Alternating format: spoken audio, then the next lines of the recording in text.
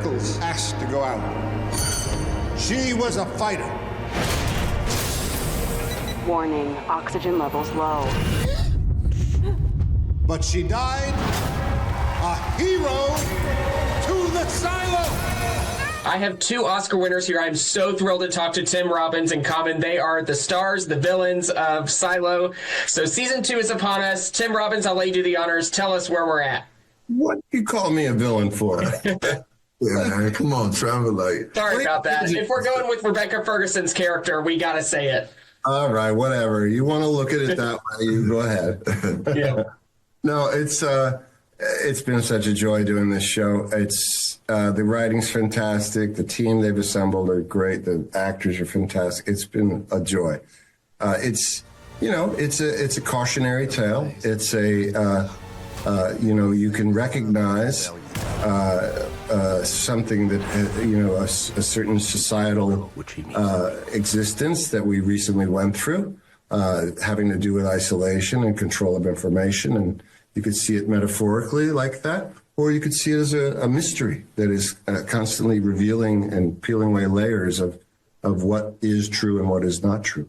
Yeah, and in season 2, all the energy of, that you got in season 1 of feeling pressed, like, okay, wait, like discovering these things and mystery.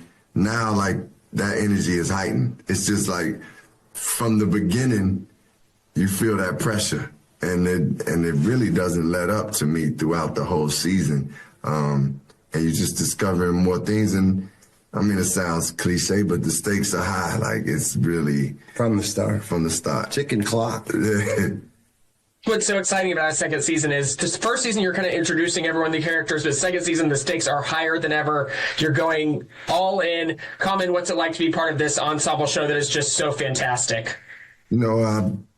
I think this is one of the best things that I've been a part of as an actor. And just creatively across the board, just when I look at, it's hard to work and find each aspect of the storytelling to be at a stellar level.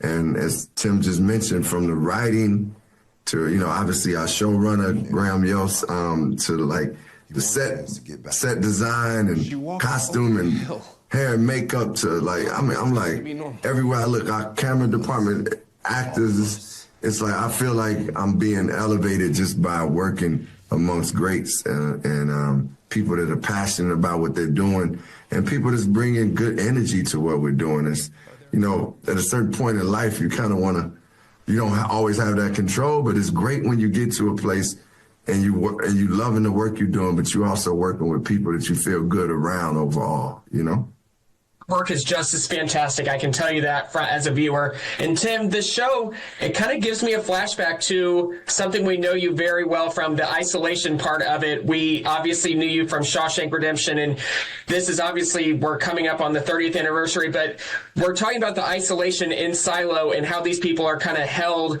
They don't know if they're being held there or if they literally can't go out there. What about that experience all those years ago to now? What about that did you incorporate in this character? Didn't really think about it much because it's a different level. That character in Shawshank was able to find his own freedom even in incarceration, but that's because he had culture. That's because he had books. That's because he had an imagination. In Silo, there are no books to continue the human story. And there's no art really, and there's nothing that challenges the social order. So it's a society devoid of challenging stories or art. Freedom is therefore up to the individual and finding their own way.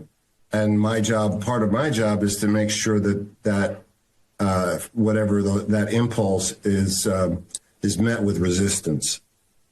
Yeah, and I'm going to say I love both of your performances. Whether Rebecca Ferguson's character calls you guys villains, I'm going to call you guys terrific and rooting for you guys all the way. Make sure you watch Silo Season 2 starting November 15th on Apple TV+. Thank you. Thank you. Thanks. He is behind some of the hottest shows on TV, Justified, EP on the Americans, The Pacific, Slow Horses. If you haven't seen Silo, well, you have time to catch up before the second season starts. I'm talking with showrunner Graham Yost. So, Graham, catch us up where we're at as we get ready for season 2. So at the end of season 1, our dear hero, Juliette, is being sent out to clean. And if you don't know what that is, then watch season 1 and you'll know what it is. But she's being sent out to her death, but she doesn't die. And instead, she walks over the hill and she finds out that the silo that she's grown up in is just one of many silos. And that's the end of the season. So that's the big reveal. So it feels like we're answering one question in a way and then adding 50 more in a way. So yeah, that's where that ends. And then going into the beginning of the season, we had a choice to make in the writer's room, and we decided, let's just go Juliette.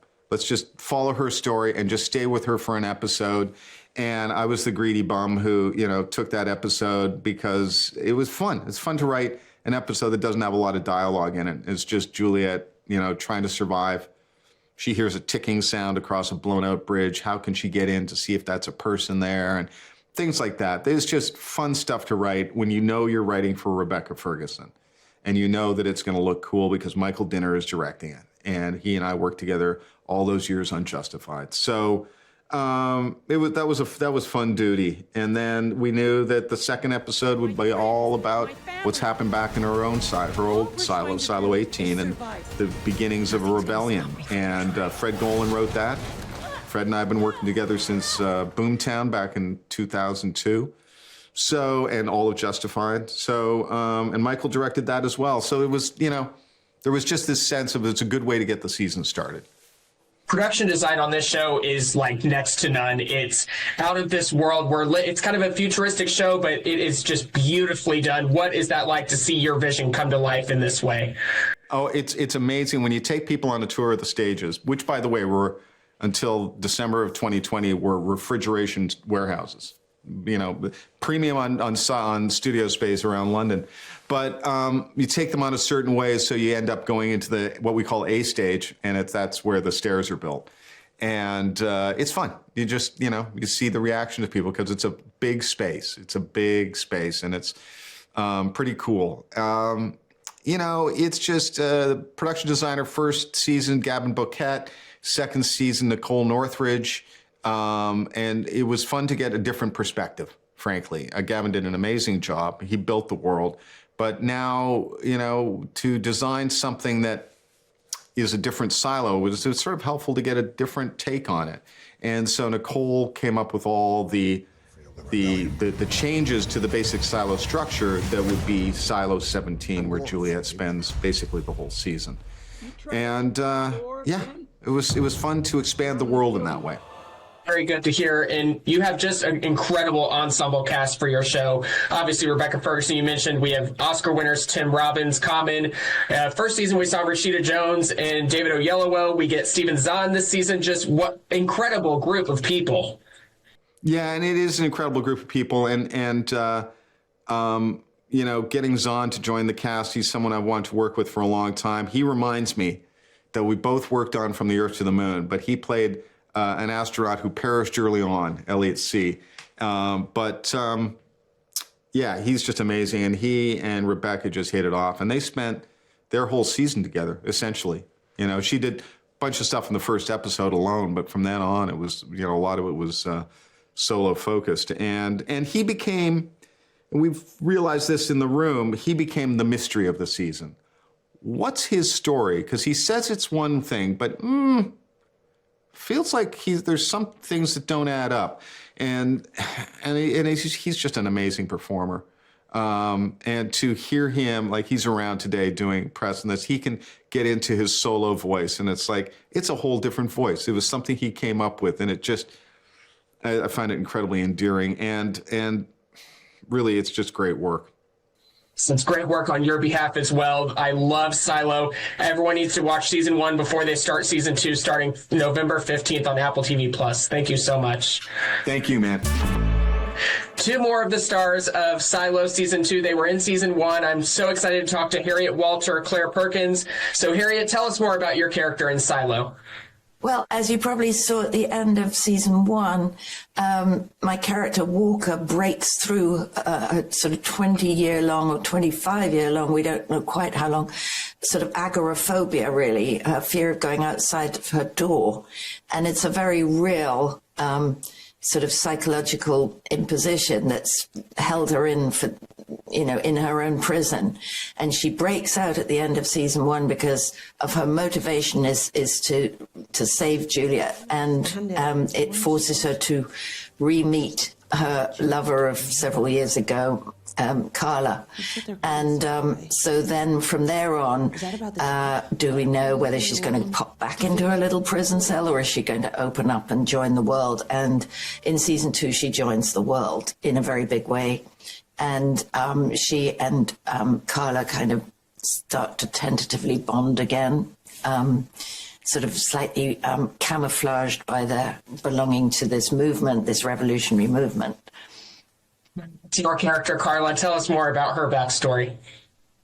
So Carla is, she's not exactly a member of the establishment, but she's responsible and she's in a managerial position. She's a head of department. She's busy. Her work is her life. She's head of supply, so we supply everything that keeps the silo going, from nuts and bolts to light bulbs to toilet roll to everything we see. We supply everything. So she's party to some information that other people are not. She doesn't rock the boat necessarily. And so in season 2, she's asked to, her underlying feelings that maybe she has, she's ignored, come to the surface in terms of love, in terms of, she hasn't seen her ex-partner for 25 years. Something's awakened there. And also all the rules that she's followed all of her life, something is telling her maybe this is not, maybe I don't follow these rules anymore.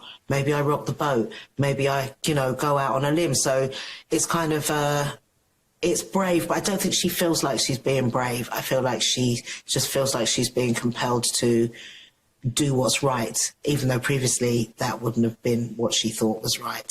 And, I think it's lovely for her to have that blooming of love again, to have someone to care about. She's got dogs, she hasn't got children, she hasn't got a partner, and then all of a sudden Martha's back in her life, so it's like... Can't wait to see where Martha and Carla's story goes in this 7th season. And Harriet, we have seen recently you just in fabulous guest starring roles in Succession and Ted Lasso, Emmy nominees for both seasons of those. And you are just fabulous in Silo as well, just so heartbreaking in that first season, these great scenes. What about these ensemble shows draws you to this kind of work? Well, I think I'm very lucky that, you can only choose from the menu you've got. And I was very lucky to have a wonderful menu in front of me. And it was partly that this character is so different from anything I'd ever played before. And, I like to think, what would Caroline Collingwood make of Walker, and vice versa. They'd be totally on the opposite side of one another. But so it's the variety partly, and always it's the quality of the writing. Because if you have a breakdown of a character that sounds really interesting, but it's not on the page, then, forget it. It's got to be what's on the page. And so that drew me to it, really, the writing.